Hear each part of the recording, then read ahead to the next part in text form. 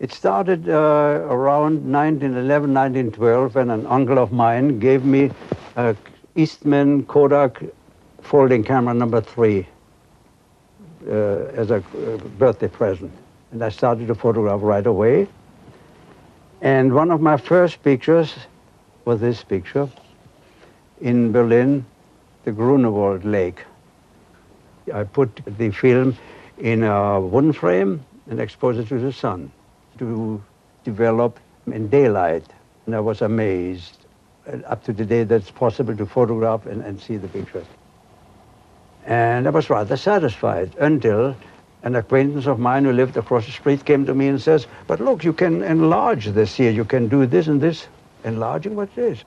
You showed me a contraption of a wooden box with a frosted light inside, frosted bulb. You can move up and down. And that was that second when the photo bug bit me. And I saw enormous possibilities. 70 years later, Alfred Eisenstaedt, now aged 85, is still busily taking photographs. Eisenstaedt has been called the father of photojournalism, the man who invented the candid camera. At a time when television did not exist and newspapers carried few pictures, he was one of the first to photograph concerts, literary meetings, political rallies, and social events.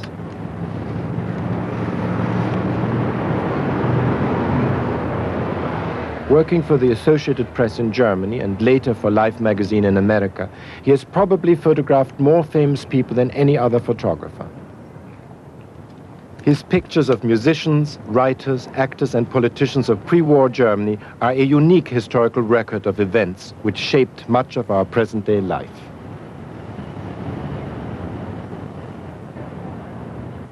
On the 3rd of December 1929, I became professional, and 6 days later I was in Stockholm, did my first assignment for the Associated Press as a freelance photographer. It was the Nobel Prize Award for Literature, Thomas Mann, for the Buddenbrooks. Behind him sits Selma Lagerlöf, the great Swedish author who also got a prize. After the session was over, the Nobel Prize, Thomas Mann addressed fellow scientists and other people backstage. On an occasion like this, were there many photographers around? No, not many, but there were about 3. There were probably Keystone was at that time probably the Associated Press, and I don't know the others. But you were always dressed properly, not in the fashion today, not in jeans. It didn't exist at that time, no. But you had to be dressed always properly. On all your assignments? On all assignments, always tie. Oh yes, definitely.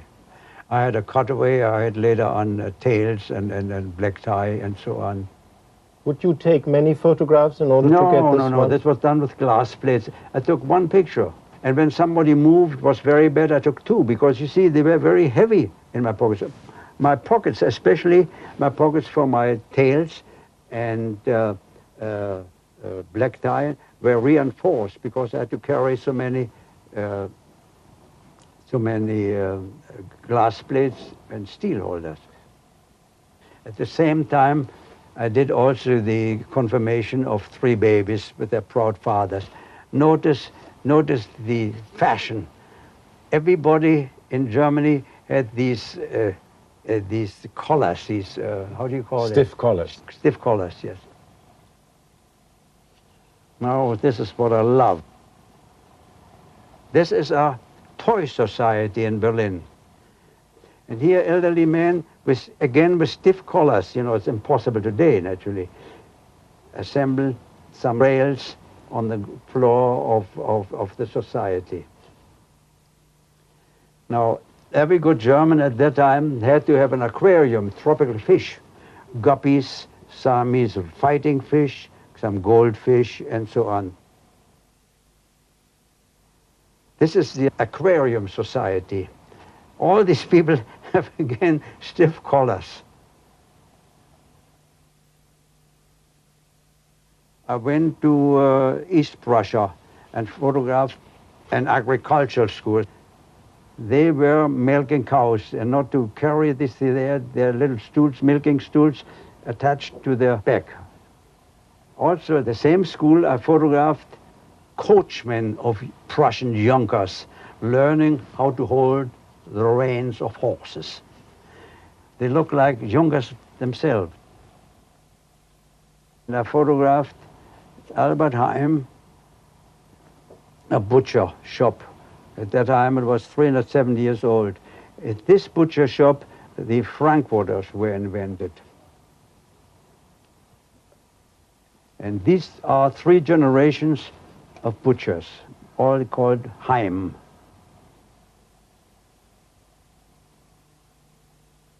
I think it was around 1931, or he's 25, it was around 1930 or 1931. I was sent to, by the Associated Press at that time, to the island, Baltic island of Hiddensee, the Baltic, to photograph the great German author Gerhard Hauptmann. And this is not a pose picture. He really was walking on the beach, and to me he looked like a personification of Wolfgang von Goethe, a Goethe-like figure. I met him and snapped him with a Mirrorflex camera, you know. I'm amazed that it is so sharp. But later the same day, I wanted to try some formal picture. But when I look at this picture today, I'm amazed how bad I was at that time. I mean, it couldn't happen to me. You know what bothers me is this. It wouldn't happen today anymore. You see, today, you know how I photograph today? I look always at the background first. That's the difference. The light is fine, but this shouldn't happen here. See, this is not nice, not good. Many people have asked me time and again, how is it possible that you could take so many pictures of musicians and conductors and singers, and then didn't object? That the reason is because there was only one Eisenstaedt around. There was no other photographer around who did that type of thing in the early 30s. And I had the Ermanox camera, the first so-called candid camera with glass plates.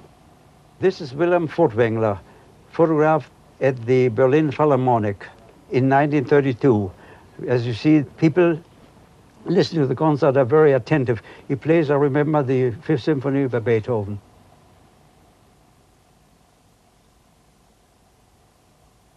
I was sitting usually in the first front row when singers were there, or between the members of the orchestra.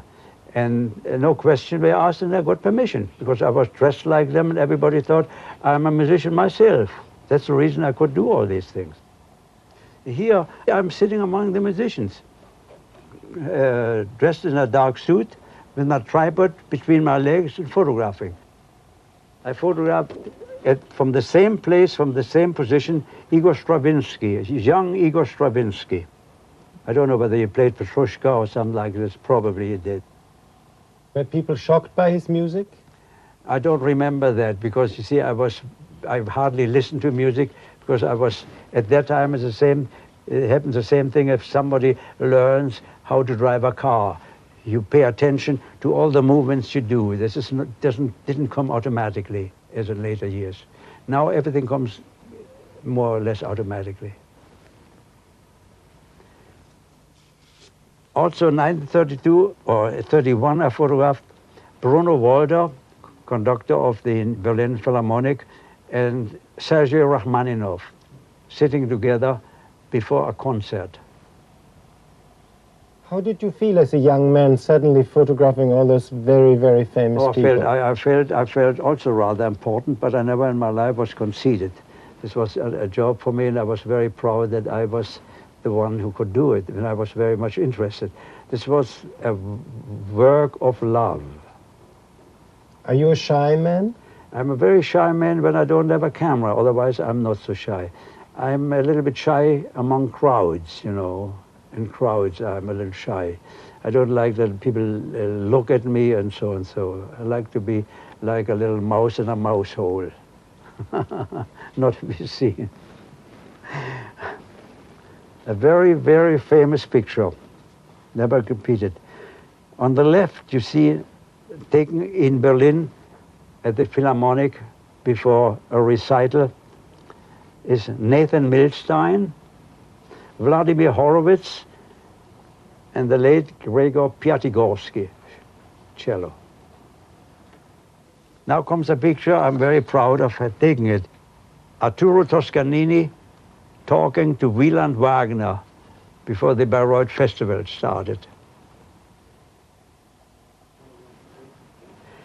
And this was taken with a Leica camera, and I'm also very proud, Richard Strauss in Salzburg. It was in 1932 or 33. You see, photography just started, the photojournalism started. We didn't know very much about photography. For me, this was always an adventure, and I was always amazed that something came out. And those pictures I developed myself quite often in hotel rooms. I have still here a little tank I developed my films with. And was it a well-paid job at that time? No, it was not very well paid. But you did it, you see, at that time, nothing was, we didn't count it, money wasn't counted, we did it for the love of it. Everything was just different from today. If today, people ask today when they get any job, how much? That time was done for the love of it. One of my earliest assignments was to go to Paris, where I photographed with larger cameras a rehearsal of Swan Lake Ballet. Didn't have an exposure meter. I was only accustomed to that Rembrandt type light. I had only lights coming from the ceiling. If you use any artificial light, kills always the mood. So you get pictures, but the mood is gone.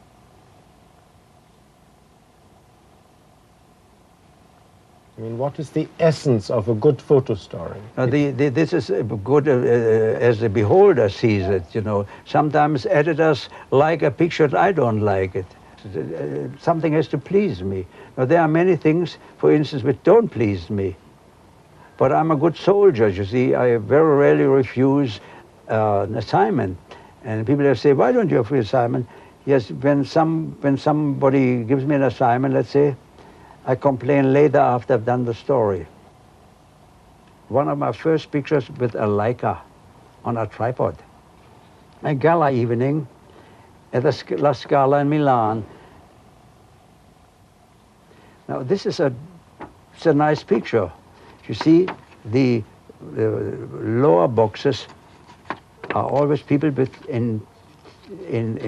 white tie. But I was looking for some specific thing, because this is a pleasing picture, but it's not the picture, until I spied from somewhere here, as you see, an empty box besides that. But you have to have it in your head. And this was for years and years and years, still is one of my prized pictures of that lovely, lovely young society girl at the premiere at La Scala in Milan. Without that girl, if you take this away, it's no picture at all.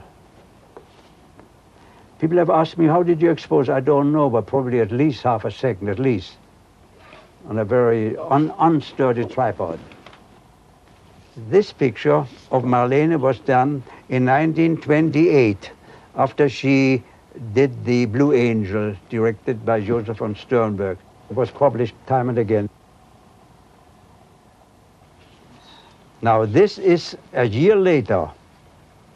I photographed her in 1929 at the Hotel Adlon at the press ball. I asked her to pose for me. She was in tails and slacks. It was unheard at that time. Do you think that people pose very much for the camera?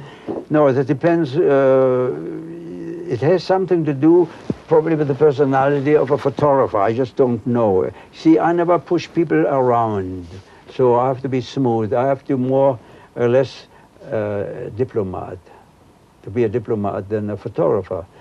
People very often don't take me very serious because I have so little equipment. When I married in 1949, my late wife said, but where's your real cameras? I said, these are my real cameras. I had small cameras. And I still don't go around with lots of equipment.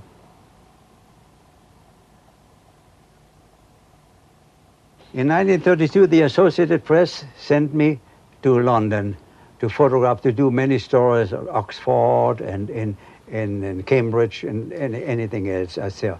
And I wanted to photograph George Bernard Shaw, but he was not accessible. And somebody told me, look, he is a vegetarian and bananas are a thing. Why don't you try to do something about this? So I bought him a bunch of bananas and sent out a portfolio of my portraits with him. In 2 days I had an appointment. And here he looks at my pictures. He was charming. When I wanted to pose him, he says, look, you don't have to pose me. I'm a photographer myself. And he did everything for me, anything I wanted. He played even the spinet or piano, what it was. He was very tall. He was wonderful. Look at that old typewriter. It's a Smith Premier. He typed himself, and his secretary, I think Miss Part or what it is. I wish many people would be as cooperative as Charlie was. I photographed at the ice rink of the Grand Hotel in St. Moritz, a so-called waiter school, where waiters are being taught by the head waiter how to serve drinks to British guests.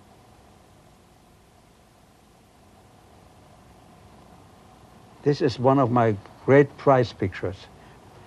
Now to do a smash picture, as I photographed with a mirrorflex camera, a reflex camera with glass plates, I put the chair here, focus at the chair, and asked the waiter to pass by. That's what he did. In 1933, I was sent to Geneva to photograph the 15th session of the League of Nations, and there appeared Dr. Joseph Goebbels, the Minister for Enlightening and Propaganda of Adolf Hitler.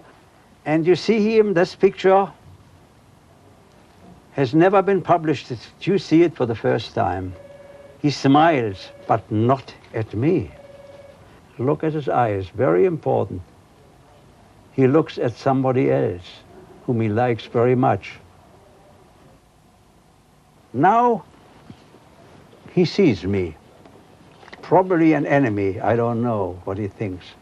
This is from Goebbels with love. These are the eyes of hate.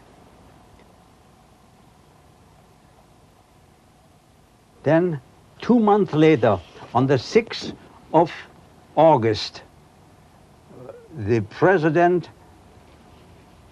Paul von Hindenburg, died, and Hitler became Führer of the Reich, and this is the first time he appeared in Führer uniform. You see Hitler strutting in to attend the funeral. Behind him, Fat Goering, Marshal of the Air Force, the overfatted, overstout Goering marched in. What I think is very interesting about this photograph is the composition of the two white lines of the hats going through. Yeah, but this is not these white lines. You see, this is not my doing. I couldn't do anything. It was there. I mean, anybody could have done it. This has nothing to do with the photographer, yes. You only have eyes to see and see how the composition. You can lower the camera, do this. I mean, I had always an eye for composition, probably. How did you feel to photograph a man you must have hated so much? When I have a camera in my hand, I don't know fear. Like so many of the artists he photographed, Eisenstaedt was forced to leave Germany. And in 1935, he emigrated to America. His candid approach to photography was immediately appreciated, and the second cover of the newly founded Life magazine carried one of his pictures. No fewer than 90 covers were to follow, and he became its most famous photographer. On over 2,000 assignments, he traveled all over the world, recording events and capturing personalities.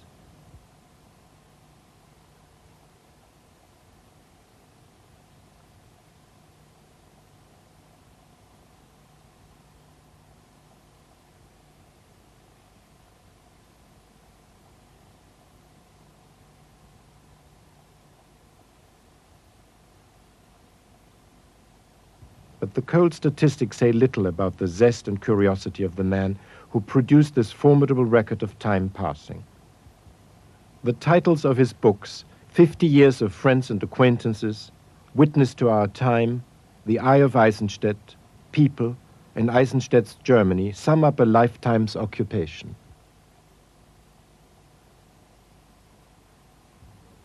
Many of his photographs have received the highest honors. Millions of people are familiar with the pictures, yet few know the name of the man who took them and whose office contains an historical treasure of a unique kind.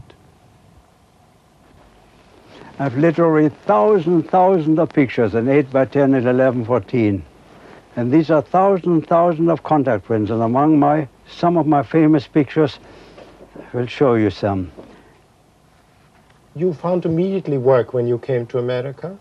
Yes, I worked at that time with the Associated Press. And Life did not exist, Life magazine? No, Life existed, didn't exist at that time. Life came out a year later. Life magazine started in 1936. This is the second Life cover. And this was taken in West Point, the Cadet Academy. Was it very different what was expected from you than what you've done in Germany? No, I haven't changed my style. It's just the same thing. You see, when you look at who's who, they say that I brought candid camera to America. I don't know whether I did, but I started that type of series with Life magazine. For me, this was old hat. I did it for years and years in Europe. But here, you know, people took only one picture. Before Life came out, they didn't have series. They had only a single picture. That was the difference. I show you this picture for two reasons. This was done in 1937, when the managing editor gave me an assignment to photograph Roosevelt Hospital in New York. Now, many people have asked me a question, but didn't the editors tell you exactly what they want to take? I said, goodness, no. At Life magazine at that time, a Life photographer was an individualist, and he could photograph anything he wanted to do. Nobody told him what to do. But I tell you what he told me. He had only one wish, and he told me so. He says, Alfred, you can do anything you wish to do. The only thing I don't want to see is blood. How different from New Life magazine. They photograph now lots of blood and in color. At that time it was black and white. At the same time, I did this picture of nurses, the same nurses here, but you have to have first the idea and the authority and not the fear to ask people, which is most important. I told you, I have no fear when I have my camera. So I asked, I'm not so shy. Otherwise, I may be shy. Now, the people tell me that I will, when I'm in heaven, for instance, when I'm not on this earth anymore, people will remember that picture. Oh, this is the photographer who took that picture of VJ Day, 15th of August, 1945. I was sent down to the Times Square region, and I was very lucky because I found this man starting from this building, grabbing any and every girl in sight, whether she was a grandmother, whether she was stout, thin, old, thick, thin, doesn't make any difference. And I was running ahead of him with my little Leica, looking over my shoulder like this, but never pleased me. Everything was cocked, everything was a fixed focus, you know, about 10 or 15 feet away. Until I saw a flash of a second, something white being grabbed. And I turned around and photographed him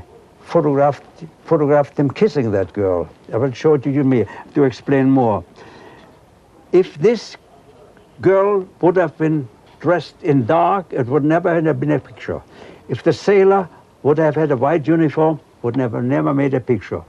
Now, I want to show you the interesting thing. I took exactly 4 pictures. And this is a picture I picked because that pleased me best. It was done within a few seconds, 4 or 5 seconds. He was still kissing the girl. Why did this particular picture please you more than the other? On account of composition. You see, when you look, it is best, for my eyes, bestly balanced. You see some white. See, this man doesn't look good. He is too tall. He takes the emphasis away from this picture. He is just right. He's too tall again. He has nothing. You see, this is the best. You see, if this sailor would have been here, wouldn't have been good. Too much white. She's standing out. This is the best picture of all. It pleases me best.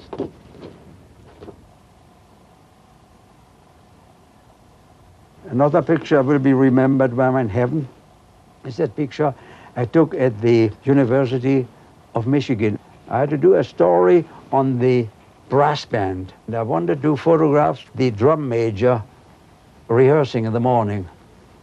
And I ran after them, photographed it. And while I was running, all the boys from the faculty, they paraded with him.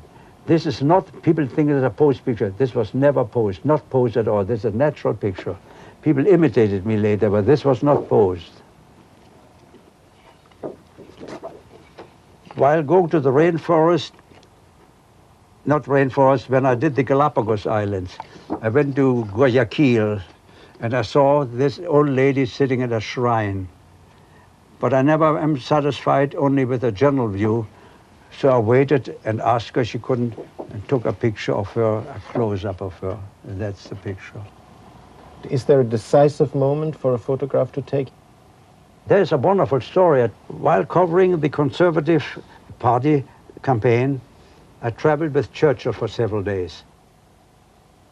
Here I had some pictures where he was a little napping, a little dozing, until his son Randolph tapped him on the shoulder because they played the national anthem, God Save the King, and up he shot like a viper. And then I have to tell you a wonderful story of Lord Russell, or Bertrand Russell. When I came to him, I admired his stony face. He was absolutely immovable, like me, you know. I can also be like him, like this.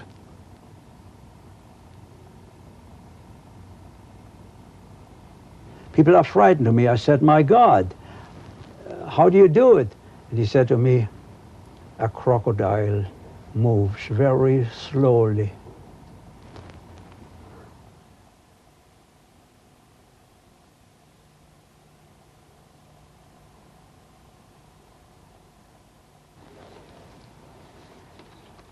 I did a story once of the eminent American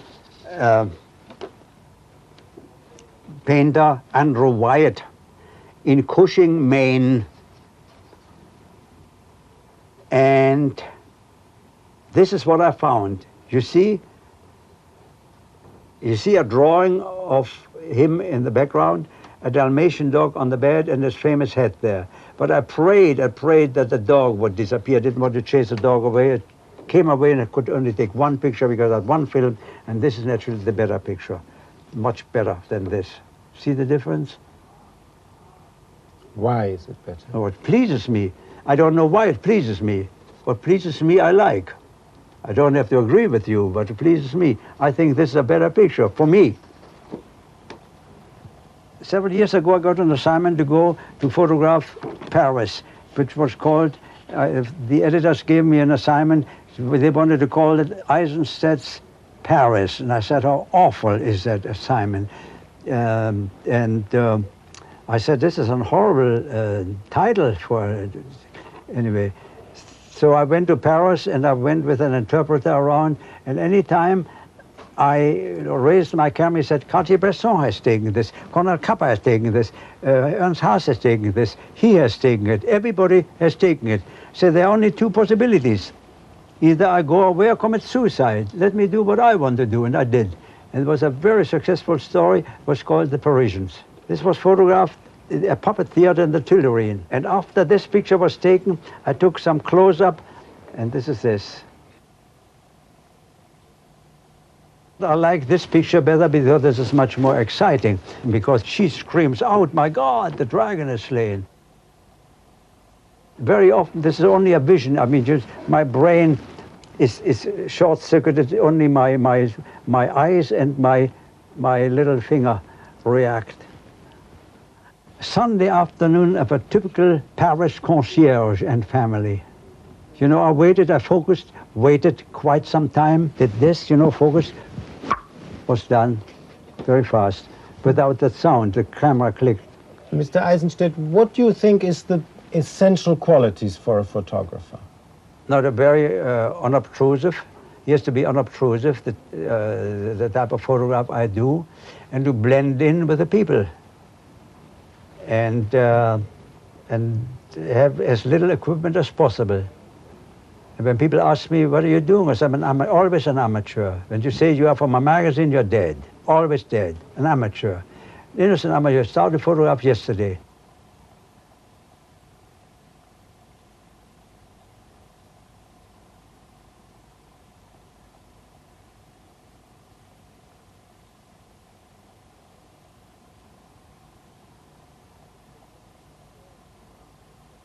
I was sent to Pennsylvania station while the war was still going on, and these are all American military men saying goodbye to their sweethearts and wives at Pennsylvania station.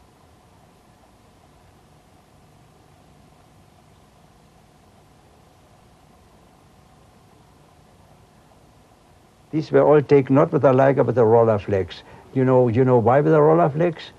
Because with the Rolleiflex, I could focus like this at that time, with the old Rolleiflex like this, and hold it for minutes, like this. As you say, I talk to you like this, and watch you, and click there. See? Do this, and watch you again, absolutely motionless, like a stone. They didn't know that I photographed them. But if I would do this, they would see me. What are you doing there? See? Like this, here like this.